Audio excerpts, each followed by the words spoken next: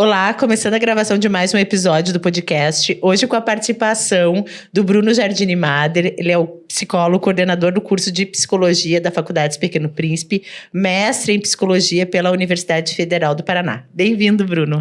Oi, pessoal. Camila, Bia, queria agradecer pelo convite, é um prazer estar aqui.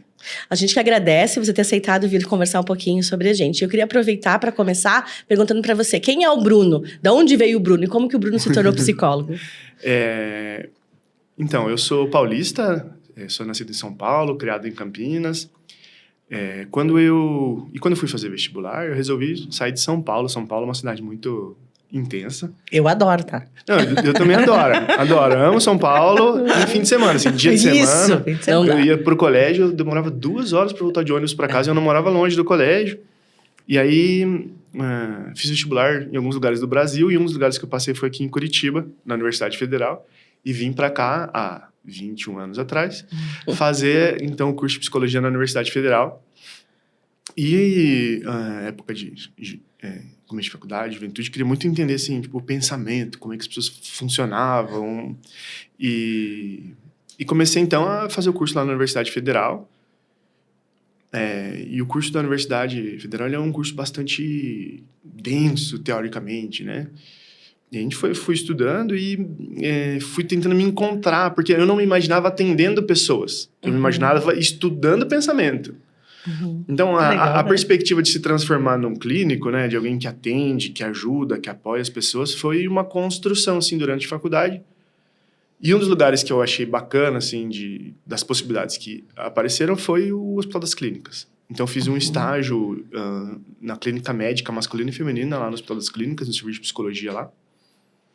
Isso durante a graduação? Durante a graduação, estava no 4º ano. E eu achei muito bacana. Achei muito bacana. Daí fiz isso em 2006, né? Fiz durante o ano de 2006 esse estágio, era um estágio longo, né? E com bastante autonomia, né? O serviço de psicologia lá deixava... A gente ia muitos pacientes, né? No HC. Então, fui aprendendo a fazer. E aí, no 5º ano, né? Que é o profissionalizante, fiz os estágios obrigatórios, fiz alguns outros... extracurriculares. E aí, quando me formei, eu ainda não queria abrir consultórios, que é uma coisa que eu ainda não fiz até hoje. De uma maneira regular até hoje, assim. E eu falei, não, hospital eu gostei, hospital eu sei fazer, hospital acho que eu me encontro, né? E eu queria muito... Eu ainda não consigo trabalhar muito com a coisa sozinho, ficar num consultório, receber um paciente, outro paciente e depois ir para casa. Eu gosto de cooperar. Interação. Eu gosto de cooperar. E falei, não, hospital eu consigo. Eu falei... Aí eu tinha acabado de me formar, né? Meu currículo era uma página, metade de uma página. Aí comecei nos hospitais da cidade a entregar, tipo, o meu currículo. Naquela época, né? A gente entregava no papel. E aí era bem bacana. O pessoal pegava e falou, muito obrigado, ninguém falava comigo mais. Não, preciso me especializar. E daí, eu até entrei no site do Pequeno Príncipe na época e tinha um serviço de psicologia gigante, assim, né? Tipo, tem 12, 10 psicólogos. Eu falei, nossa, nunca vão me contratar. E daí, na página lá, tinha uma pós-graduação em psicologia hospitalar, da saúde hospitalar, que tem até hoje, inclusive. E que daí eu dou aula hoje nessa pós. E falei, não, ó... E daí, o que a pós tinha de diferente e tem até hoje? Um estágio. Então, você tem um estágio de pós-graduação. Falei, Dentro do hospital? Dentro do hospital. Falei, eu não... Se eu trabalhando, eu acho que as pessoas... Eu vou ter uma oportunidade de eu conseguir mostrar o serviço. Vão me ver, né? E aí eu me matriculei nessa pós. E foi uma virada na minha formação. Mas tu não tinha mestrado ainda, Bruno? Não, eu tinha acabado de me formar. Isso era 2008. Nossa, mas essa pós é antiga, né? Mas ela também tá sempre cheia. Ela é super concorrida, assim, no sentido porque disso. além do ensino ser excelente, estar dentro do hospital, né? Vem gente do Brasil inteiro para fazer a pós. É referência, né? Hospital referência. Na nossa pós, claro, tem muita gente do Sul, né? Santa Catarina, Rio Grande do Sul, interior do Paraná, mas veio gente de São Paulo e Rio de Janeiro fazer. Vim aqui para fazer essa pós. Teve gente que mudou, saiu do Rio de Janeiro, veio fazer...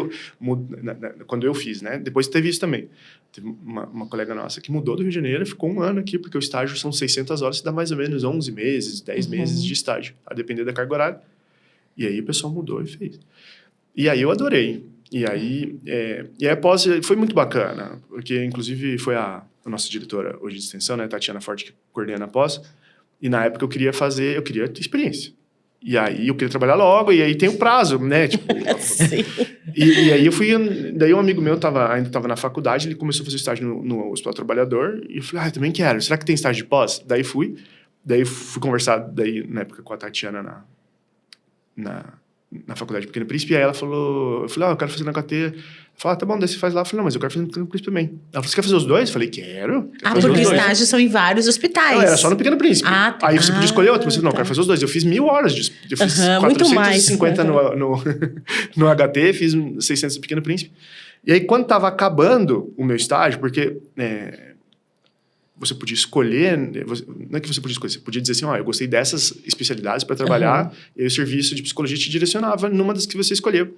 E eu gostei muito de trabalhar com doença crônica. Eu falei, isso é muito interessante, né? A dimensão subjetiva, o processo de cuidado, né? E a possibilidade de acompanhamento. Daí eu escolhi as possibilidades e o que eu gostei muito foi da nefro, da hemodiálise infantil, da nefro, e fiz o estágio de 1 ano lá. Quando eu estava terminando o estágio, a minha supervisora na época, ela tinha um filho pequeno, estava mudando de vida e tudo mais, e pediu demissão, assim. E aí, eu tava na hora certa, no lugar certo. Sim. Isso daí já, começo de 2010. Daí eu fui contratado como psicólogo do serviço de psicologia do Hospital Pequeno Príncipe. Hospital. Isso em 2010? Isso em 2010. Então, eu já tinha feito quase 2 anos ali de estágio. Claro, né, entre eu terminar e ser contratado, demorou um tempo que eu fiquei fora. Daí tava trabalhando numa outra ONG. E aí fui contratado. E aí foi maravilhoso, né? E desde então nunca mais saiu de lá. Nunca mais saí. Então, eu comecei a trabalhar na unidade de nefrologia, na internação, que antigamente era o posto 11, agora já... É o posto 11, antigamente tinha outro número. Mas a nefro ainda era no 2º andar lá do hospital, quando eu comecei a trabalhar, hoje em dia que é no 1º. Hoje em dia já tem uns 10 anos que é no 1º. E fiquei atuando na unidade de internação da nefrologia, na hemodiálise infantil, diálise peritoneal e preparo de transplante e acompanhamento de transplante renal. Aí eu fiquei uns 10 anos fazendo... E tu atendia as famílias, as crianças. As famílias, as crianças. Quando a gente fala de psicologia com crianças, você vai envolver a família no processo de cuidado. Então, o processo de acompanhamento pediátrico, né, de criança, o processo de acompanhamento psicológico na pediatria, ele envolve o dobro de tempo. Porque você precisa fazer a avaliação da criança e o plano de acompanhamento da criança. Você precisa fazer a avaliação da família e o plano de acompanhamento da família, porque a interação entre o recurso de enfrentamento da criança é a interação com a família. Sim. Então, se a criança tá assustada, com medo, mas a família tá organizada e apoiando... Não tem tanto problema. O psicólogo, o trabalho do psicólogo é muito facilitado. Se a família tem dificuldades relacionais, dificuldades cognitivas, vulnerabilidade social, aí muda a prioridade. Sim. Daí muda o foco. Daí, trabalhei 10 anos e é muito, assim, fazer acompanhamento de transplante é um troço apaixonante. Tipo, a hemodiálise como um todo, mas o processo de transplantação, a expectativa que se coloca, as possibilidades de cura, a diversidade de desfecho, né? De maneira geral, dá certo o transplante, mas cada um com a sua suportabilidade de estresse, né? Da internação e do isolamento. Quando eu estava ali em 2018, meio de 2018, a gente fez uma dança das cadeiras lá no serviço de psicologia e a Ângela Bley, nossa coordenadora então do serviço de psicologia, perguntou se eu poderia assumir o transplante de medula óssea. Nossa. Porque estavam ampliando o transplante de medula óssea e é delicado, é difícil. Sim, né? E falei, claro, que precisar de mim à tua disposição, né? Ainda que... É bom mudar porque você amplia, mas você sempre sente saudade daquilo. Claro. Porque a equipe da nefro do hospital é muito bacana. Tá Aliás, bom, todo mundo no hospital... Eu sou suspeito por falar, mas todo mundo no hospital é muito bacana. Todo mundo é muito comprometido, né? Quando a gente trabalha as questões de psicologia hospitalar, o pessoal fala, mas e a relação com os médicos? No Hospital Pequeno Príncipe é ótimo. Eu não sei se é porque a gente é pediátrico e a gente tem uma relação... E os pediatras... especialmente, né? A gente tem muitas médicas mulheres, tem uma relação de muito cuidado. Acolhedor, né? Mas Sentimento acolhedor. eles pedem muito a psicologia. A gente não tem disputa. Mas é o trabalho interprofissional, É interprofissional. né? É o que tem que acontecer. E o médico que esse o entende a caminho. função da equipe multi, ele melhora o seu trabalho e se desobriga. Daí ele isso passa... E a gente... Divide a responsabilidade, na verdade. Exato. Aí quando eu fui pro transplante de medula óssea, também é uma equipe fantástica. As médicas, porque ela era uma equipe só de médicas, né? Não tinha médicos homens, mas no TMO são uma equipe de médicas mulheres. E é uma equipe fantástica.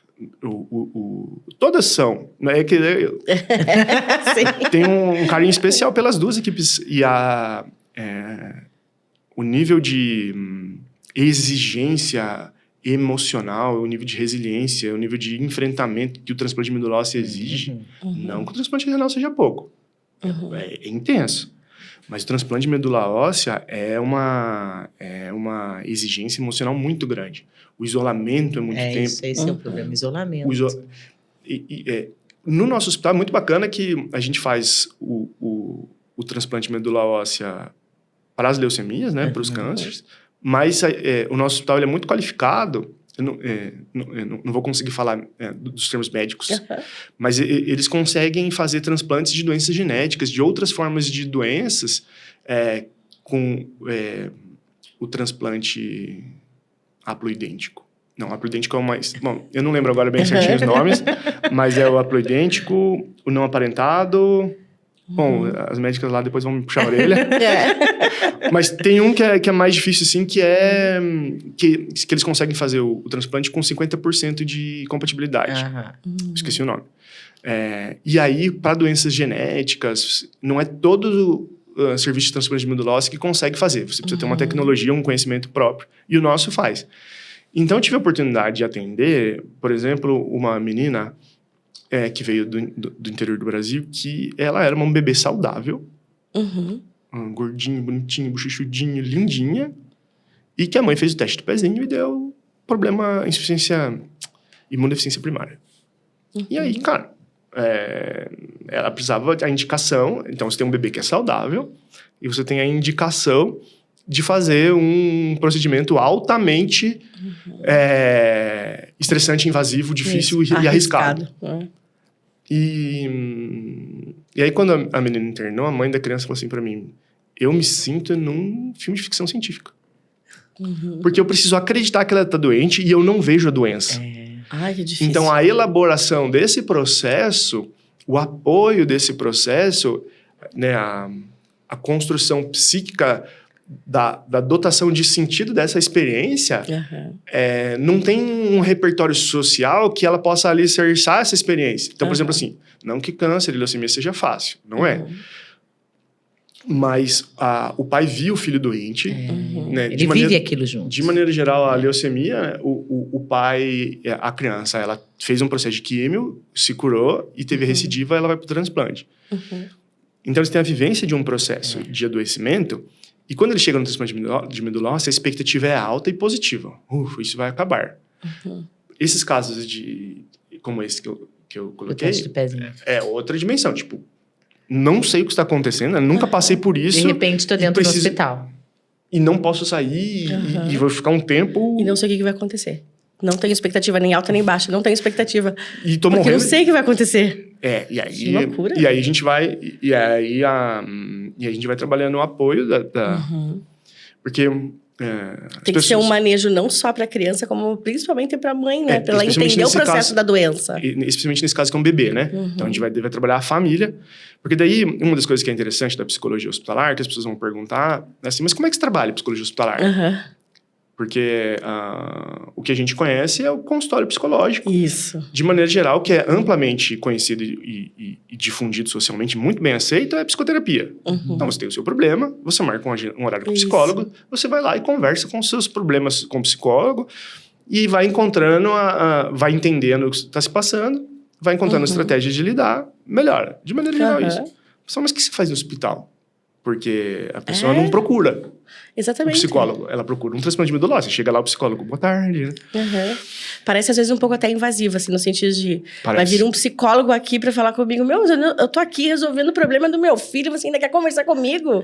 Né? Às vezes parece até... Isso. E Só aí, que na verdade é bem importante. porque o que a gente vai trabalhar não é os aspectos emocionais e os problemas que a pessoa tem na vida dela cotidiana. É especialmente... O momento. Como ela está construindo o seu processo de autocuidado. Porque isso é uma dimensão interdisciplinar, o enfermeiro participa, o médico participa, o assistente social participa, mas há uma implicação afetiva no processo de cuidado. E quando é uma doença grave, os processos afetivos eles ficam muito incertos e inseguros, né? Então, eu vou dizer, pô, meu filho está com câncer. E a perspectiva de cura é incerta. Aí meu filho quer, sei lá, comer um negócio que não é recomendado, não é prescrito. Aí eu vou negar? Não, porque você não sabe se ele vai viver mais quanto tempo. Pois é, mas daí você coloca ele em risco. E aí fica a maternidade, a paternidade da doença crônica, ela fica um pouco confusa porque tem uma prescrição que, tipo, se intromete no meio da maternidade. Então a gente vai ajudando a pessoa a construir essa perspectiva de compreendo a sua dor, mas o seu... Tem a questão atual, o problema atual, mas o que você deseja para o seu filho como pessoa. E aí, quando a gente trabalha isso, você ajuda os familiares a ter mais repertório para lidar com o problema. E às vezes ele vai dar o alimento... Porque o paciente sempre vai ter autonomia de fazer o que ele quiser, né? Ele vai dar o alimento, alguma coisa assim, mas ao mesmo tempo ele vai conseguir em outros momentos segurar ou evoluir essa perspectiva. A gente vai trabalhar essa perspectiva do autocuidado, como você constitui seu autocuidado. Então eu não preciso invadir a intimidade ou as questões afetivas que a pessoa não quiser trabalhar, mas eu trago então elementos para que ela pense o processo de autocuidado e o processo de enfrentamento. E aí a gente consegue ampliar, primeiro, apazigua os sentimentos difíceis, porque eles são muitos, e aí você consegue já oportunizar as estratégias de cuidado, e aí você faz isso com a equipe toda. Então, muito trabalho do psicólogo num contexto hospitalar e de internação como um transplante, se por um lado é trabalhar os recursos de enfrentamento com a família, por outro lado é mediar com a equipe o que essa família está entendendo do processo e mediar com a família o que a equipe está querendo. Porque a equipe quer o quê? Curar. A equipe tem um foco de vamos enfrentar essa doença e vamos ganhar dela. Mas a família, ela é ambígua quanto a isso. Às vezes, mas precisa mesmo. Não dá para ser desse jeito. Tipo, a família quer proteger assim, a subjetividade da criança. Então, há uma mediação, há uma diferença de interesses. No processo de tratamento. Às vezes eles coincidem, às vezes não. Teve uma mãe que era policial militar, que a equipe adorava. Ela falou assim, missão dada, missão cumprida. É pra fazer tal coisa, vai fazer tal coisa. Tá. E tinha uma mãe que era atleta também. Ela, tipo, é muito regrada. Mas a maior parte das pessoas, elas têm sentimentos ambíguos. Elas querem ser curadas, mas também não querem passar pelo processo de sofrimento. E às vezes... não deve ser fácil. Nem um pouco. E Bruno, isso tudo que tu contou agora é muito legal, porque é a interface, né, que tu leva para dentro da faculdade, né? Sim. Porque isso que eu acho muito legal, assim, de ter essa prática que tu tem, né? A vivência hospitalar, a vivência clínica, né, do contato com o paciente, e tu levar isso para dentro da academia, né? Isso eu acho que é fundamental para um professor, assim, da psico, nem a gente conversou isso com a Karen, né? Porque a Karen meio que também era do Hospital Pequeno Príncipe, né? Então, assim, isso é muito bacana. E aí, nessa tua história toda, tu resolveu fazer um mestrado no meio de estudo. Sim. Em psicologia. Sim, psicologia clínica. E aí... Mas esse mestrado, ele veio por causa da psicologia clínica ou porque tu já começou a despertar aquela coisa, vou dar aula? Ou já tinha começado a dar aula? É porque onde que entrou coisas. A docência ou essa parte da educação na tua vida? Assim, boa pergunta. Lá para 2010, assim, quando eu estava sendo contratado, né, estava no meu processo individual, né, estou entrando no Complexo Pequeno Príncipe, a faculdade estava trabalhando para fazer a abertura do curso de psicologia. Então, salvo engano meu, mas eles pediram a abertura em 2009, fizeram todo o processo, fui andando em 2011, ou 2010, eu lembro muito bem quando a Tatiana chegou, o curso foi autorizado, vamos começar e tudo mais. Aí, em 2011, abre o curso, abre a primeira turma. Uhum. Inclusive, a Karine, que foi aluna da primeira turma, é nossa psicóloga hoje do Hospital Pequeno Príncipe. Ah, que legal. Fez a pós também, fez outra pós em sistêmica, agora está planejando fazer o mestrado dela também. E aí a faculdade abre esse processo e a faculdade começa a ter um processo de, tipo, fazer o seu corpo docente do curso de psicologia. E a coordenadora à época era a Tatiana Forte, né? Que hoje é a nossa diretora de extensão. E eu fui aluno da pós, então conhecia a Tatiana, conhecia a professora Patrícia como aluno, né? Claro. E a gente foi tendo contato, a gente foi para congresso junto e teve uma conversa muito legal. E quando o curso começou, a Tatiana falou: Bruno, você tem jeito para dar aula, presta atenção. Eu falei: legal. Tava também buscando, na época não tinha filho, não era casado, não tinha muita coisa para fazer, eu aceitava tudo. Eu queria trabalhar e queria ter experiências. E aí, tu tava mais focado pro profissional, né? O pessoal talvez esteja Aí veio a docência, a Tatiana falou: você tem perfil, vamos... você gostaria? Eu falei: sim. Aí tivemos essa coisa do convite.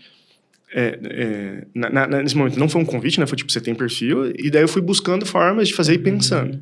Quando veio o convite propriamente dito, foi ali em 2012, né? Eu já tinha pós, mas não tinha o mestrado e já tinha vontade de fazer. Aí a Tatiana veio o convite e aí juntou as duas coisas. Aí, quando eu fiz o mestrado, eu estava interessado na perspectiva clínica do atendimento hospitalar mesmo. Então, inicialmente, eu queria trabalhar um pouco as dimensões da hemodiálise pediátrica, mas quando eu entrei no mestrado, o meu orientador, o Adriano Holanda, que é meu orientador de doutorado agora também, ele falou: Bruno, eu não entendo essa parte que você está querendo estudar de psicologia hospitalar, não é muito o meu métier, mas eu tenho um projeto que é de saúde mental, que a gente quer que a gente abriu um campo no litoral do estado e a gente quer entender como é que funciona a rede de saúde mental do litoral do estado do Paraná. Ele falou: você topa? Eu falei: claro. Porque o meu interesse... eu tinha dois interesses quando fui fazer o mestrado. O primeiro era aprender a fazer pesquisa. Porque a minha formação ela foi clínica. E, por outro lado, eu tive uma formação intensa em psicanálise. Psicanálise é uma abordagem psicológica do Freud, que o pessoal conhece bastante, que, de maneira geral, falando de forma ampla, é um aprofundamento da pessoa consigo mesma, com os seus processos, enfim, e que é um tratamento de longo prazo, né? A psicanálise é uma coisa muito bacana, e eu fiz uma formação, eu fiz a minha graduação a dirigir nesse sentido, então eu estudei bastante, tanto a minha monografia, né, o trabalho de conclusão de curso foi teórico, fiz um estudo teórico sobre as questões egóicas na obra do Freud, e aí eu fiz uma formação, fazia uma formação numa escola de orientação lacaniana e fiz 6 anos de formação nessa escola. Mas há uma diferença importante do trabalho do psicólogo clínico e do psicanalista para o trabalho de saúde, que é aquilo que a gente estava conversando antes do podcast aqui na nossa sala de espera. Há uma diferença grande do processo psicoterapêutico ou do processo psicanalítico para um trabalho em organização, numa instituição, em que você está trabalhando num processo de enfrentamento à doença, e um processo de construção do autocuidado ou processo de saúde e doença. É diferente. É diferente eu chegar e falar assim: tem um problema emocional, tem um problema no meu casamento, no meu relacionamento, preciso resolver, não estou entendendo o que está acontecendo na minha vida. A outra coisa minha vida vinha mais ou menos normal, até que tive uma crise renal e agora não tenho função renal. São coisas... A forma de lidar, a implicação pessoal é diferente. É diferente eu dizer assim: olha, tenho um problema no meu relacionamento, ou tenho um problema no meu trabalho, que eu não estou gostando, enfim... E eu participei dessa construção. Então, tipo, se eu tenho um problema no meu relacionamento matrimonial, né, no meu relacionamento conjugal, eu fiz alguma coisa nesse processo, tenho responsabilidade. Claro. Se eu tenho uma doença genética, não. Isso, o meu corpo está fazendo uma parada, o meu corpo está fazendo uma coisa que tá causando as minhas questões afetivas. Ainda que existam as possibilidades psicossomáticas e ainda que as minhas questões emocionais podem influenciar as dimensões corporais... Cara, se uma criança com síndrome nefrótica, ela não ela não tem um trauma emocional que causou o problema. Uma pessoa que tem câncer, ela não tem um processo afetivo denso que se transformou em câncer. Não é isso. Inclusive, a gente precisa, muitas vezes, o trabalho do psicólogo é desconstruir essa compreensão das pessoas. Porque as pessoas falam, como é que eu permiti que esse câncer crescesse dentro de mim? Companheiro, câncer não é assim que funciona. E o teu projeto era sobre levar essa ideia, era sobre saúde mental no litoral, então. Então eu queria entender, assim, tipo, essa diferença em qual é a compreensão, o que é saúde? Tipo, o que é saúde? A gente tentar entender o que é esse processo de saúde para entender como a psicologia apoia a saúde sem identificar. Psicologia não é igual saúde, porque a psicologia é uma ciência humana que estuda uma série de coisas. Só que tem uma parte da psicologia que ela apoia a saúde e ela faz tratamento. Isso é uma parte da psicologia. Então, como que dialoga isso, que a psicologia, ela nasce filosoficamente, ela nasce das questões do que é a consciência. Então, assim, como eu sei o que eu sei, né? Como eu sei que eu estou aqui? Como eu sei que a Camila é a Camila? Como eu sei que sou um microfone? Como eu posso saber que, tipo, eu estou aqui e não estou delirando? Ou que eu e você... Como é que eu posso Matrix, saber que... né, Bruno? Exato. Como eu e você sabemos que nós dois estamos aqui, que é uma mesa? Porque em algum ponto você está tendo uma vivência desse processo, é outro, mas em algum ponto a gente se encontra. Sim. A psicologia nasce, falando de maneira ampla, assim, dessa dimensão filosófica. Aí o que acontece? Os processos fisiológicos acabam ocupando essa discussão filosófica. E aí tem uma disputa, inclusive, tipo, na época, lá em 1900 e tanto, as cadeiras de psicologia fizeram um protesto para tirar os fisiológicos, porque não era uma questão fisiológica. E hoje em dia, né, com todo o avanço da ciência, a gente entende como essas coisas se conectam e tudo mais. Mas se você pegar um psicólogo que trabalha em organizações, né, um psicólogo organizacional do trabalho, ele vai estar, por exemplo, vai pegar uma equipe, sei lá, de vendas que está conflitando. Então, eles têm disputas. A disputa, é claro que tem um processo fisiológico por trás, mas a intervenção não é fisiológica. Você vai precisar entender quais são os processos de significação, quais são os processos de relação e tudo mais, para você fazer uma intervenção possível e melhorar o clima organizacional. Não tem nada a ver com saúde. Se você pegar o conceito amplo de saúde, cabe. Mas daí cabe tudo, daí se cabe tudo não é nada. Então, a minha vontade é saber, mas o que é saúde? E aí, eu abri mão do meu projeto inicial, porque eu falei, eu vou aprender a fazer pesquisa, especialmente pesquisa quali, que é o que eu gosto, e vou entender esse processo do que é saúde. E aí, para mim, ficou muito claro o que é. Porque há uma confusão... há uma confusão na psicologia, pelo menos na minha opinião, de uma sobreposição do modelo biomédico e do que é tratamento. Para o que a psicologia pode fazer. Que são os conceitos epidemiológicos, né? Isso. Porque uma coisa é saúde. Cara, o cara tem um transtorno mental e precisa de tratamento. Isso é uma coisa. Quais são as possibilidades de intervenção e tudo mais, a gente vai falar psicologia baseada em evidência, vai discutir tratamento, vai discutir indicador, vai discutir todas essas coisas assim. A outra coisa é o que é a consciência. A outra coisa é o que é a percepção. Isso é o legal. Isso é o legal. Isso é o legal. Porque daí a psicologia vai ter que pensar assim, como a gente apoia a saúde? Qual é a nossa contribuição para a área da saúde? Porque a medicina, para eles, é muito claro para a medicina o que tem que fazer. Do ponto de vista, assim, o médico não fica com crise existencial, tipo, tem que curar ou não tem que curar. Isso, O médico sabe o que faz. Faço, não faço, só faço. O psicólogo, ele precisa se encontrar no processo. Entende? Ele precisa entender, legal. Porque... por isso que eu falei a coisa no hospital, o que a psicologia apoia? A construção do autocuidado. Às vezes você encontra no hospital, por exemplo, algumas questões algumas afecções médicas, né, algumas questões biomédicas que são decorrentes de questões psicológicas. Então, por exemplo, uma vez eu atendi uma menina que ela estava tendo síncope. E a equipe médica fez a avaliação inicial e falou, cara, os exames não são conclusivos. Não encontramos nada. Fazer a avaliação psicológica. A menina falou que sofreu bullying. A partir do momento que você vai fazer a avaliação da história, ela sofreu bullying, mas bullying era um detalhe.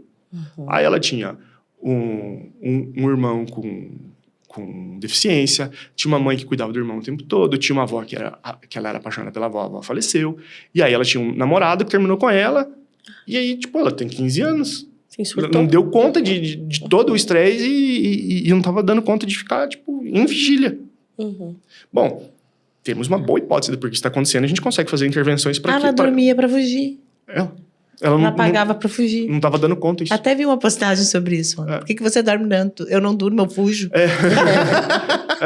Então, mas isso daí que a gente vai falando, que a gente vai poder chamar de mecanismo de defesa. Exatamente. E aí a gente vai, então, ajudar ela a compreender o processo, elaborar o processo, achar formas de enfrentamento mais adaptativas e tudo mais. E a gente apoia o processo, a gente apoia o tratamento. Daí a gente vai estar falando de psicologia da saúde. E Bruno... Uma perspectiva. Bom, tu já é psicólogo, psicologia hospitalar, psicologia clínica. Já falou de psicologia empresarial um pouco também, já falou da competição. Psicanálise. Eu tô misturando tudo aqui. É que eu acho o máximo. Eu gosto muito de filosofia, sociologia e psicologia, né? Mas eu fui pra biologia. Fui conhecer plantas também, samambaias e etc. Então, assim... Então, Bruno, aí tu fez o teu mestrado nessa parte de saúde, aí tu assumiu a gestão, porque aí tem o professor Bruno, porque a gente tá falando do psicólogo Bruno, e o professor Bruno, porque daí tu levou toda essa tua experiência pra faculdade e tu assumiu um cargo de gestão, que é outra coisa totalmente diferente do que tu fazia no hospital. Fui tergiversando da conversa, né? Que você perguntou como é que apareceu a docência. Aí, eu queria entender essa parada, daí eu assumi na faculdade as disciplinas de política e saúde mental, legal. psicologia hospitalar e psicoterapia breve, que daí é intervenção propriamente dita. E fiquei, acho que, sei lá, uns 8 anos fazendo isso. E orientando TCC, essas coisas assim. Então, tu acompanhava os alunos da psicologia lá no hospital também, ou não? Sim. É que daí lá no hospital, a gente acompanhava alunos da graduação e o da pós-graduação, que eu fui aluno, e da residência multiprofissional. Então, eu tive uma experiência grande dentro do hospital de coordenar daí a parte do ensino ficou comigo, de coordenar esse processo de formação dos estudantes em loco. Mas até hoje tu tá na residência multi, né? Não, eu saí esse semestre porque eu não tava dando conta de muita coisa, sabe? Eu fiquei 10 anos, 10, 11 anos tu orienta os TCRs, né? Das psicólogas. Sim. Eu adoro. Esse tipo de coisa eu adoro fazer mesmo. E aí... enfim, essa experiência toda, a gente foi canalizando, aí eu sei fazer, mas como que eu faço, que eu ensino o estudante a fazer? Esse desafio que você precisa decompor como você faz, e entender que, cara, eu tenho o meu jeito de ser psicólogo, e o meu estudante vai ser o psicólogo de um outro jeito, ainda que a gente tenha, né, a ciência seja a mesma, mas o modo de fazer é completamente diferente. A gente dá o suporte, mas como vai ser feito, cada um vai fazer do seu jeito. E aí eu fui me interessando por isso, e aí, novamente, o Complexo Pequeno Príncipe sempre me apoiou muito. Eu tive muita sorte, assim, de ter o apoio que eu tive, assim, de me encontrar num espaço como o Pequeno Príncipe, né? Tanto o hospital quanto a faculdade. Então, eu conversei muito com gestores, com minhas chefias, assim, né? Que eu não gosto de chamar de chefia porque não é ordem. Então, sempre conversei muito com a Tatiana, que era a nossa gestora no hospital, com a Silvia, que foi coordenadora antes de mim, com a Ângela, com a própria Daniela, que foi coordenadora lá do hospital, de psicologia do hospital. E aí tinha 2 caminhos. O caminho da gestão hospitalar e o caminho do educacional. E eu gosto de fazer pesquisa. Então,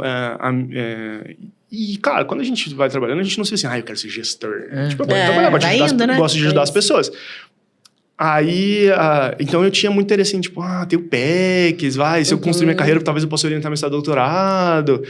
E aí, pensando assim, para onde crescer, fui querendo fazer doutorado, e pensando em fazer doutorado, a gente ainda não tinha um programa de doutorado em psicologia na cidade. Hoje tem, que a Federal abriu, mas não tinha. E aí, falei, vou para São Paulo, né, porque eu sou de lá, enfim. E aí, conversando aí numa conversa com a professora Tatiana, ela falou, Bruno, educação é uma coisa bacana, a faculdade vai crescer e tudo mais, é um ponto que é bacana. No primeiro momento, eu falei, não, mas não é bem o que eu quero. Depois eu fiquei pensando, falei, cara, eu acho que eu não sei muito bem o que é educação, não, deixa eu entender.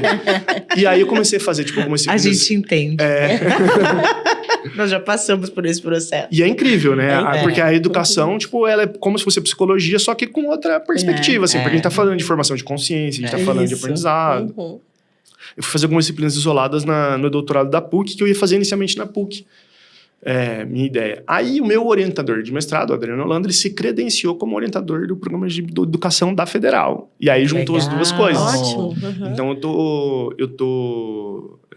ele tá me orientando agora no doutorado em educação. Porque daí a perspectiva a gente entendeu, especialmente, porque daí a partir de então, o que eu descobri no mestrado é a perspectiva fenomenológica de investigação, né? A psicologia a partir de uma perspectiva ampla e não de uma abordagem teórica terapêutica. Então, essa é a diferença principal, né? Porque se vocês conversarem com psicólogos, dizem, eu sou psicólogo cognitivo-comportamental, eu sou psicanalista, tudo mais. Isso. Maravilha, isso é ótimo, as pessoas têm que ter coerência mesmo.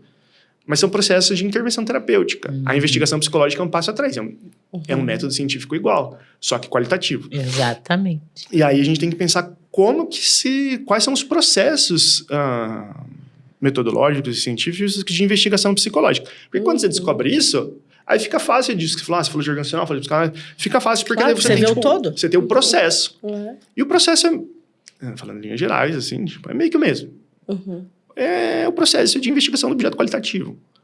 Em algum ponto, você vai ter que, além de fazer esse processo de investigação, ter estratégias de intervenção, saber identificar a necessidade, fazer a intervenção e medir, né? Tipo, verificar a eficácia. Em algum momento, você vai ficar no ponto da avaliação, a depender da área da psicologia que você escolha. Uhum. Então, esse é o... Então, a educação, daí, me dá a perspectiva de pensar os processos educacionais, porque a política de educação e a política de saúde são muito diferentes. Porque a política de assistência social, ela é uma cópia do SUS. Do ponto de vista, assim, sem querer diminuir, mas, assim, a estrutura do SUS ela é muito boa, ela é muito bem pensada, territorialmente, mas a política de assistência social, ela tem a mesma ideia, tipo, uma atenção primária, uma atenção básica, uma atenção especializada, e assim vai, e territorializado igual. A política de educação não é desse jeito. Para nós da saúde, a política de educação parece uma bagunça. Tipo, pera, como é que isso está acontecendo? De onde que veio isso? De onde que veio isso? Por que não é igual, né? Mas a política de educação tem o seu jeito de ser. E quando eu trabalhava na saúde, né? Tipo, precisava, então... Tinha uma criança que tinha uma insuficiência renal crônica grave, tinha algum déficit cognitivo, e a gente precisava inserir na escola. Estava na hemodiálise, a gente precisava inserir na escola. E falar com a escola... Uma coisa é ligar para a unidade de saúde, tipo, que já tem suas dificuldades, né? Tipo, quando você está na alta complexidade. Mas liga para a escola Por que a escola não colhe? Qual que é a dificuldade da escola? Por que isso é tão difícil? Quando você entende a política, você fala, entendi. Agora entendi por que ele não acolhe. Então, agora que eu sou gestor da educação, eu falo, meu Deus, a hora que aparece... quando aparece um aluno com uma necessidade específica, você fala, caraca, a gente não tinha pensado nisso. Como a gente é capacitista. A gente não se liga, assim, que a necessidade das pessoas são específicas, enfim. Cara, eu fico pensando nisso, sabe, às vezes, assim, porque eu gosto muito dessa parte de inclusão, diversidade. Eu fico pensando, cara, como é que a gente conseguiu, assim... Porque, na verdade... O ensino inteiro, até há pouco tempo atrás, 10 anos, sei lá, não era inclusivo. Nunca foi, né? Nós era todo mundo largado numa sala e azar. Quem aprendeu, entendeu? Então, assim, é muito surreal isso. Porque não é de agora... são décadas, né? Muito tempo. Olha, eu vejo um paralelo muito grande da inclusão na educação básica e superior também, com a reforma psiquiátrica, né? Então, em algum ponto, alguém falou assim, internar e deixar internado não melhora. E num primeiro momento, a internação, a pessoa fala, o ato da psiquiatria e tudo mais, mas a sociedade pedia, né? Quando o Adalto Botelho foi inaugurado, lá na década de 50, eles falaram assim, não, vamos fazer um bom hospital, vamos fazer uma coisa decente, fizeram o Hospital Colônia, e da Política Nacional, que era na época. Vamos fazer leito para 200 pacientes e a gente vai tratar 200 pessoas. Em 6 meses tinha 1.000 pessoas lá dentro. Porque a sociedade pedia. A sociedade falou, meu parente, meu irmão e tudo mais, ele é esquisito, tipo, ele não tem que ficar aqui. Isso, porque não sabe lidar. Não sei o que eu faço com isso, então leva para lá. E hoje em dia, o que aconteceu? A gente falou, não, meu irmão é esquizofrênico, ele vai ficar do meu lado. Ele tem direito, ele é meu irmão. Meu filho é autista, não quero saber. Ele vai pra escola. A sociedade mudou. A sociedade... A gente tem um monte de dificuldade na sociedade. Ela às vezes é decepcionante, mas acho que ela tá evoluindo. Mas eu acho que tem uma dimensão fraterna. Isso!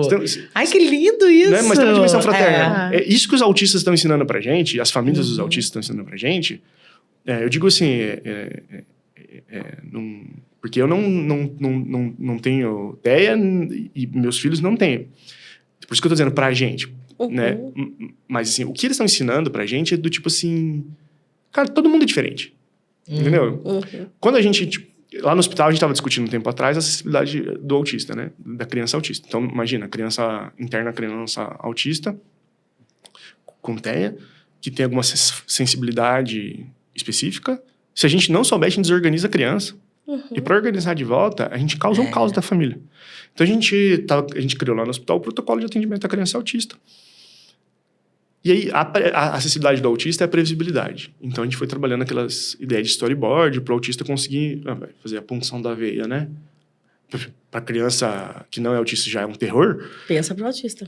E aí, quando você tem os desenhos... É como se fossem uns desenhos, assim, que tipo, vai mostrando, ó, a enfermeira vai fazer isso, vai acontecer isso, e no final vai ficar tudo bem. Né? Tipo, quando o autista consegue entender o processo, ele consente. Né? Então, a acessibilidade do autista é a previsibilidade. Mas não é que isso serve para todas as crianças? Não é que antes a gente tipo, ia lá pedir o braço da criança, tipo, não explicava o que estava acontecendo? Isso. E aí... Mas não queria que ela chorasse, não queria que ela ficasse desesperada. Ela nem sabe o que vai acontecer com ela. Então, eu acho que a dimensão do que está acontecendo hoje, né, tem uma dimensão fraterna da gente entender, cara, as pessoas têm que ficar próximas, a gente não tem que ter vergonha, a gente não tem que julgar. Não tem que excluir. E aí a gente vai vendo que, cara, todo mundo é meio... Todo mundo tem uma necessidade especial. Quando a gente... Porque hoje em dia tem uma crítica meio preconceituosa. Assim, hoje em dia todo mundo é TDAH. Antes era. A gente só não diagnosticava. Tipo, mas é muito prevalente. Ontem foi o Dia Mundial do Autismo, né? Do cuidado. E aí, uma a cada 36 crianças a perspectiva é que seja no espectro. É muita gente. Se a gente for pegar o pessoal que tem déficit de atenção, o pessoal que tem descalculia, o pessoal que... interessante cara, isso aí. todo mundo... A organização Alguma cognitiva, coisa. ela não é igual. O modo como eu me organizo cognitivamente é diverso do seu que é diverso do seu. Alguns vão ter dentro da curva normal. Tipo, ele tá no normal, mas o meu normal e o seu normal, né? Tipo, tipo assim, pode dizer normal, assim, tipo, o que é mais encontrado, o meu caminho cognitivo é diferente do seu. Exatamente. E aí a gente vai vendo que, cara, todo mundo vai ter uma forma de ser e é só a gente oferecer pro outro um apoio para a forma como ele se organiza. Só que isso é desafiador, porque a gente pensa a perspectiva de todo mundo é meio igual. E tu sabe que ontem aconteceu uma coisa bem interessante agora, depois de já falar do curso, tá? Nós vamos voltar pro curso daí. Mas isso aí que você tá falando, porque eu percebo assim, aqui às vezes quando eu tô muito focada, eu vou fazer tal coisa essa tarde, esse dia eu vou matar tudo que eu tenho que fazer disso. Eu não consigo.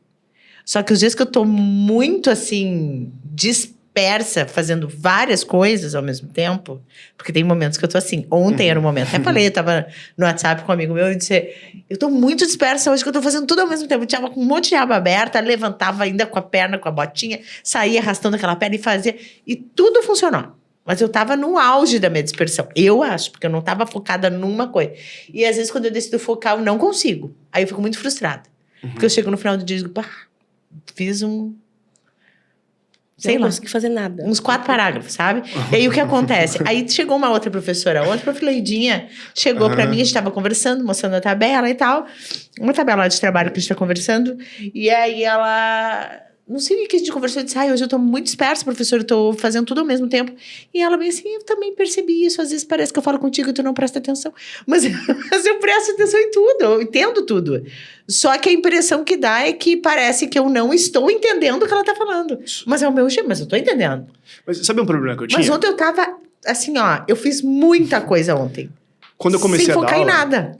Mas quando eu comecei a dar aula, eu comecei a ter um problema que eu travo. Tem vezes que eu tô falando, eu travo. Tipo, fazia... O que eu tava pensando? E é uma coisa que eu sempre fui assim. Só que você fazer isso em sala de aula é um problema. Porque você tá falando. E aí, os alunos, tipo, tiram um monte de sarro. Sim. Porque eu já tive professor assim, eu tirava sarro também. Sim, a gente já E falou. aí eu ficava nervoso, assim, tipo, nossa, eu vou travar. E se eu travar, o que vai acontecer? Aí eu comecei a, tipo, se eu travar, eu respiro, falo, pessoal, travei e volto. Aí eu comecei a perceber que o meu caminho cognitivo é o seguinte, assim, tipo, meu pensamento vai enquanto eu tô falando, e depois eu preciso voltar pra falar. E aí, tipo, entre o que eu pensei e onde eu tô falando, tipo, tá um gap. E aí eu não... Trava. Tipo, calma. Tipo, o pensamento foi lá e a voz tava aqui, tipo, falando. Então eu fui aprendendo a, tipo, voltar. Tanto que eu tô falando agora aqui, porque eu aprendi a fazer isso, não eu tava travando. as minhas primeiras aulas, assim, não foram muito dinâmicas, por assim dizer, né? Bruno, e agora vamos falar um pouquinho do curso de psicologia, porque 2012, né? Ele começou a funcionar. Começou em 2011. 2011. Antes até de você falar do curso, eu queria saber como que foi o convite para você ser o coordenador também do curso. Foi 2020, né? 2019? Que eu virei coordenador? 2022. 2022. A gente tava conversando com as minhas chefias, né? Com as direções e tudo mais. Eles indicaram pra mim, né? Elas indicaram que em algum momento eu ia ter uma oportunidade de ser gestor. Mas eu era psicólogo, eu tinha 30 horas no hospital, eu trabalhava outras 14 na faculdade, tipo, fazendo as atividades de docência e residência. Aí veio a pandemia.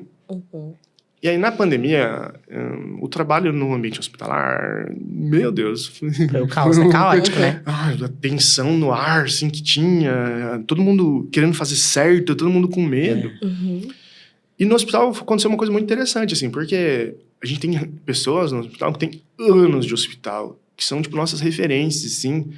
Doutora Flora, o próprio José Álvaro, o doutor Donizete, são pessoas, assim,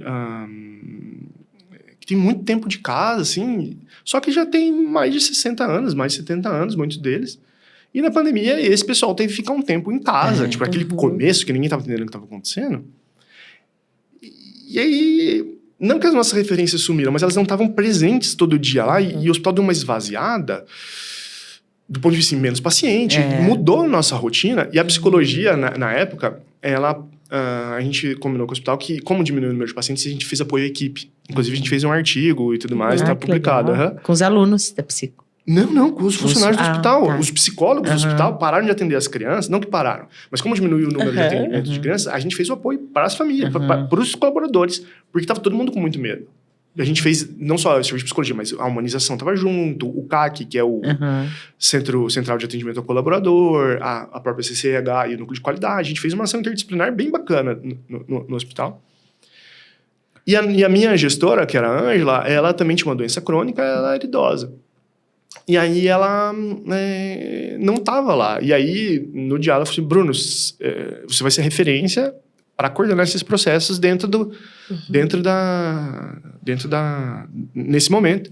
E que foi muito bacana porque eu fiz um estágio de gestão, porque eu fazia as coisas, mas eu ligava para ela, tô fazendo certo, assim, sabe? É bom que já tinha orientação. Isso. E aí ela foi me apoiando. Então, tipo, isso é muito gostoso, assim, né? De você poder experimentar uma... Você tem a responsabilidade, mas não tem, né? Isso. Você tem a responsabilidade, mas você pode, tipo, consultar alguém. Isso. E aí eu fui, tipo, aprendendo a fazer os processos de gestão no meio da pandemia, lá no serviço de psicologia do hospital. E aí, nesse período, a Ângela, né, que era a nossa coordenadora, ela, quando voltou, ela falou, putz, não tá mais dando, perdi o passo, sabe? Tipo, tá difícil pra mim estar aqui, né? E eu adoro ela, uma pessoa excelente, foi uma ótima gestora, assim, tipo, muito humana e tudo mais. E a gente fez uma transição mesmo, tipo, ela falou, em tal momento eu vou sair, a gente foi fazer uma transição. Eu assumi o serviço de psicologia do hospital. E aí foi muito bacana, a gente começou a... Porque o Serviço de Psicologia do Hospital coordena a psicologia, o programa Família Participante todo. Inclusive, é um ótimo podcast para vocês fazerem depois. A professora Tatiana falou um pouquinho pra gente. Com a Angelita hoje, que é a nossa... ela é a coordenadora do Serviço de Psicologia do Família Participante e da Casa de Apoio. Então, eram 3 coisas para fazer e são serviços 24 horas, né? É desafiador ser gestor de serviço 24 horas.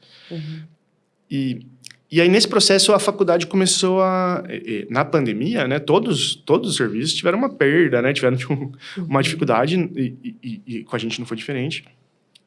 E a faculdade estava querendo mudar um pouco os processos e veio né, mudou a direção acadêmica, né? A professora Ivete saiu, né, por opção dela, veio a professora Margarete Galvão, que é a nossa diretora atual, e começou-se a realinhar os processos.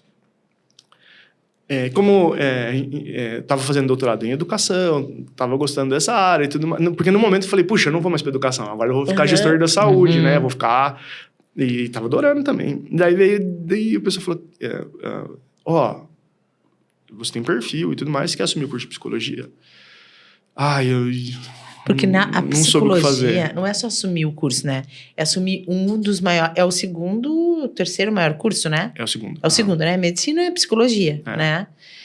além disso, tu pegou uma transformação enorme, porque abriu manhã e noite. Uhum. Assim, Sim. de aluno.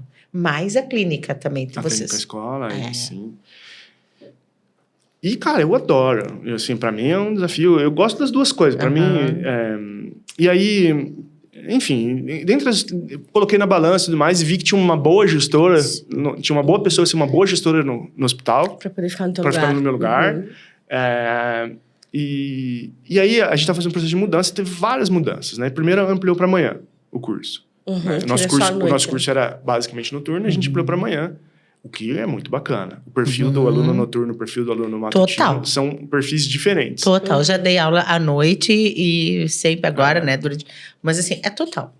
Nem melhor nem pior, diferente. É. São perfis diferentes, assim, tipo, Sim. idade, vinculação, Uhum. questão, relação trabalho-estudo, é diferente. O que é muito bacana também. Uhum.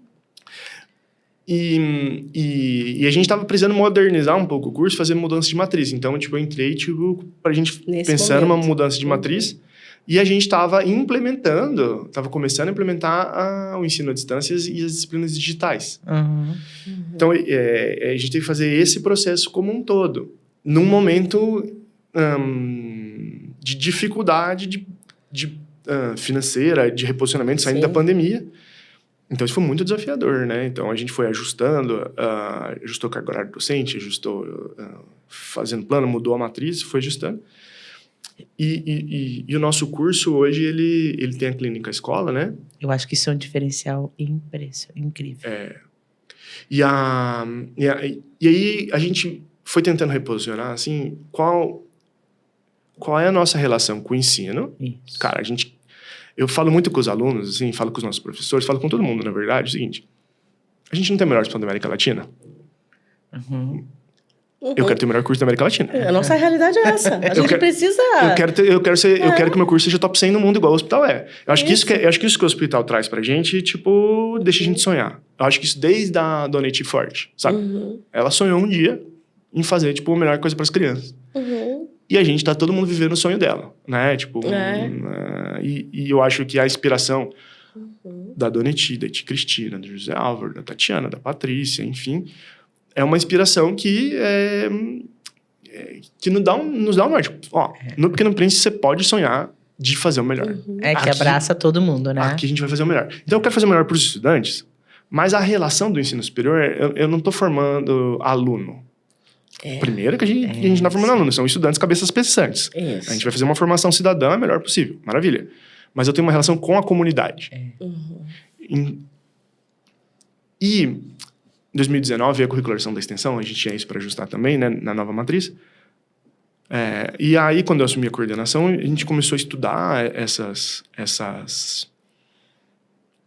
necessidades. A gente conversa com colegas coordenadores de outras instituições e a curricularização da extensão pode ser um problema.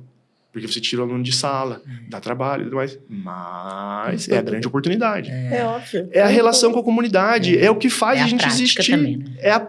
Porque para o aluno vai fazer a prática. Os nossos alunos do primeiro período falam assim: no primeiro período a gente já vai fazer as coisas, a gente já vê coisas, e daí a gente já tá fazendo. Isso, é isso que a gente quer.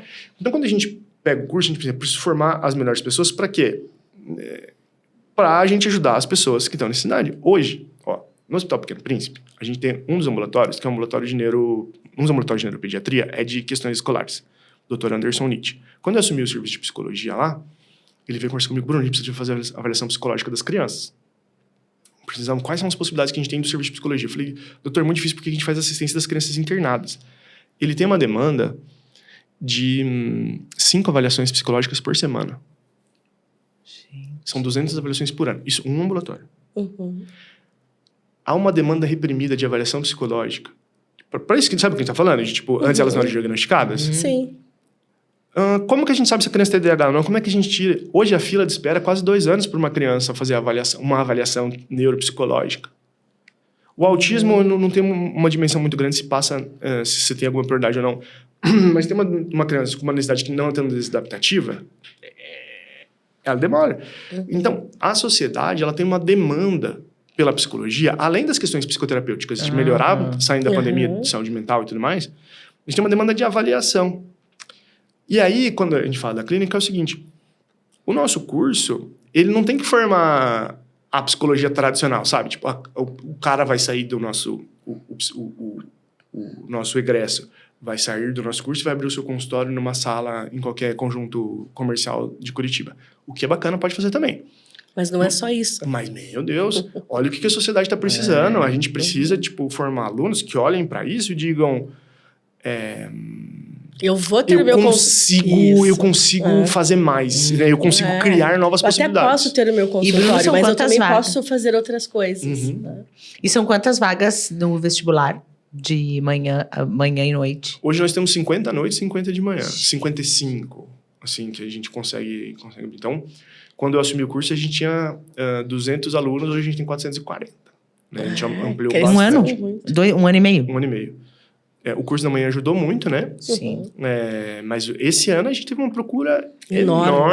Né? A gente viu, né? Na apresentação. A gente fica muito satisfeito, né? Sim, estava no início do vestibular e a gente já tinha a sala cheia. Né? Era o curso mais, olha, a psicologia está lotada.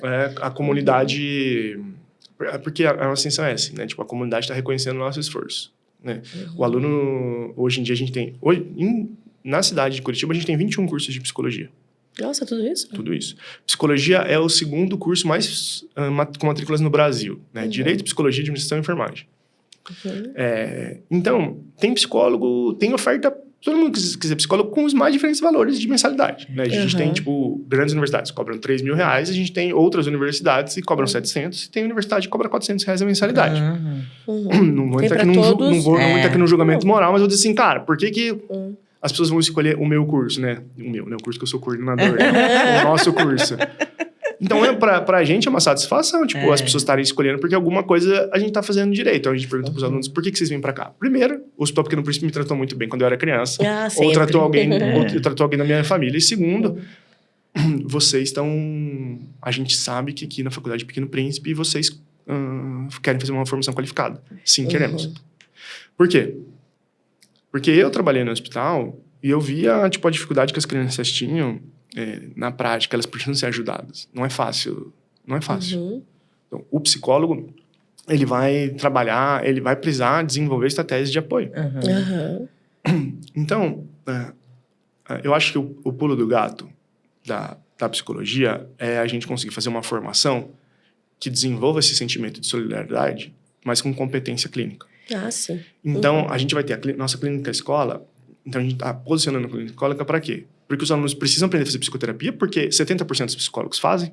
É o carro-chefe da psicologia, é do jeito que a gente é reconhecido. Então, isso é super importante, a gente nunca vai abrir mão disso. Mas 25% dos psicólogos têm emprego na saúde e 20% têm emprego na assistência social. Eu sei que essa conta dá mais de 100%, mas é porque as pessoas têm um emprego fixo e um consultório. É mais ou menos assim que funciona. Então, a grande parte dos psicólogos é clínico, uma grande parte dos psicólogos é saúde e é assistência social, que ajuda, né, que faz esse processo de, tipo, lidar com vulnerabilidade, lidar com violência, enfim. Esse é o grande campo. Então, do ponto de vista da formação, não só do nosso nicho de mercado, mas do ponto de vista do que o psicólogo precisa, não é efetivo eu fazer um curso pulverizado com várias especialidades da psicologia, sabe? Não que elas sejam inócuas, ao contrário, são todas super importantes.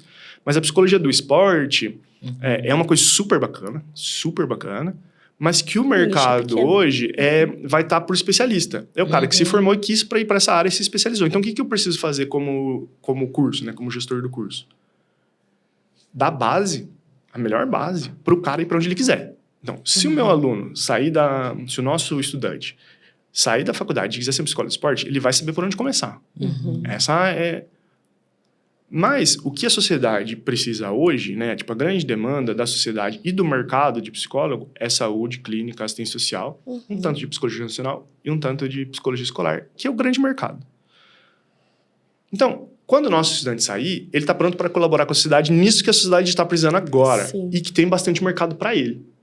Se o cara quiser, tipo, fazer uma avaliação neuropsicológica de qualidade top, ele vai ter por onde caminhar, mas isso é uma especialidade. Né? Na psicologia, as especialidades funcionam um pouco diferente da medicina, mas em determinada medida há uma correlação. Tipo assim, o cara é médico. Se ele quiser fazer cirurgia, ele vai fazer uma residência. Se ele quiser fazer cirurgia pediátrica, outra, tem uma série de possibilidades dele se especializando. Sim. Ele continua sendo médico. A psicologia é mais ou menos a mesma coisa por caminhos diferentes. Mas se o cara quer ser psicólogo jurídico, o nosso aluno, ele vai conseguir ser.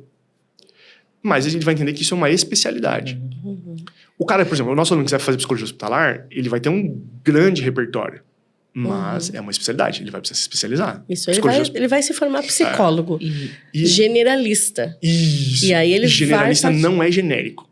Generalista é o cara que tem base, né? Que tem base. Ele não faz, tipo, um pouquinho de tudo. Ele sabe, tipo, o central. Então, qual é a nossa perspectiva do egresso? Ele chega num espaço, no contexto, ele consegue analisar qual é o contexto. Isso é uma escola. O que a escola precisa? O que a escola tem? Quais são as relações que se colocam na escola? Ou num tribunal, né? Porque a psicologia pode trabalhar no tribunal. O que é um tribunal? Quais são as relações colocadas? Qual o objetivo do psicólogo no tribunal? Sei identificar. Maravilha. Quais são as ferramentas que eu tenho? Sei identificar. Como eu utilizo elas? Sei identificar. Como eu avalio elas? Sei identificar. Agora eu me especializo. Entende? Esse é o perfil do generalista que a gente pretende. Mas daí a ênfase que a gente escolhe, isso inclusive está nas diretrizes curriculares nacionais da psicologia, a ênfase que a gente escolhe, tipo, a principal ênfase é a saúde. Por quê? Somos o Pequeno Príncipe, né? É isso. Então, e é o maior mercado. Tipo, é onde o psicólogo atua. E Bruno, tem algum projeto sendo desenvolvido ou será relacionado à internacionalização, por exemplo? Ou vocês estão vendo ainda? Internacionalização é um desejo que a gente tem, muito forte. A gente agora está com o nosso núcleo de Educação e Relações Internacionais, o NERI. A gente está mapeando os interesses legal. E verificando as potencialidades do nosso curso de internacionalizar. Mas internacionalização é sempre um processo, né? Eu trabalho muito com os estudantes, assim, quem quer ser o primeiro a internacionalizar? Então, agora a gente está nesse momento mapeando os processos para a gente conseguir, num médio prazo, ter uma formação uma relação mais próxima com as universidades estrangeiras. A gente está caminhando para o fim já do podcast. Que pena, tem tanta coisa pra falar. Né? Passa rápido, a gente também tem tanta coisa pra falar. E a Bia sempre faz uma perguntinha especial. Não, nada grave, assim. É que, na verdade, eu sempre pergunto o que o Bruno faz quando ele não tá coordenando o curso, quando ele não tá em sala de aula. O que você faz no seu tempo livre? Hoje, meu tempo livre não é um tempo para mim, é um tempo para meus filhos. Legal. Então, hoje, eu até tô brincando com a minha esposa outro dia. Puxa, quanto tempo faz que eu não sento e vejo um filme, tipo, do começo até o fim, assim? Porque a gente tá sempre com as crianças. Então, Quantos anos eles têm? Eu tenho uma menina de 7, que é a Luísa, e eu tenho um menino, que é o Thomas, que ele tá com 1 ano e 5 meses. É pequenininho. E o tempo que eu não tenho é o tempo que eu faço... O tempo que eu não tô trabalhando é o tempo que eu priorizo ficar com eles, assim. Gosto muito de ficar com eles, assim. Tipo, é a parte boa do dia. Inclusive, eu saio do trabalho, vou em casa, almoço, pego minha filha, levo pra escola. Depois busco ela na escola, levo pra casa, volto pro trabalho. Porque a gente tem aula à noite, né? Então, volto pro trabalho à noite. E mesmo esses momentos de estar no carro e tudo mais, são momentos que eu tento, tipo, estar junto, né? Deixar o celular de lado, deixar as coisas assim pra ficar com eles. Então, hoje em dia, é isso que eu mais gosto. Eu gosto muito de estudar. Só que o meu estudo é caótico, assim. Não é tipo, não, eu vou estudar, eu vou sentar, eu vou ler esse livro. Eu leio um pouquinho ali, vou fazendo, e vou trabalhando, e vou ajustando as coisas o meu conhecimento, enfim, assim. Mas eu não é mais caótico. Hoje eu tô com pouco tempo livre porque eu tenho que terminar a tese, né? Então tem isso. Mas eu gosto muito de estar de rever os amigos da faculdade, de trocar, de poder também conversar. Quando eu voltei a trabalhar, né? Saindo da série, eu falei, que bom também conversar com adulto, né? Porque chega uma hora a gente cansa de... uns assuntos de adulto. Mas claro, acompanho meu hobby, assim, maior, assim, é acompanhar futebol, né? Então, sim.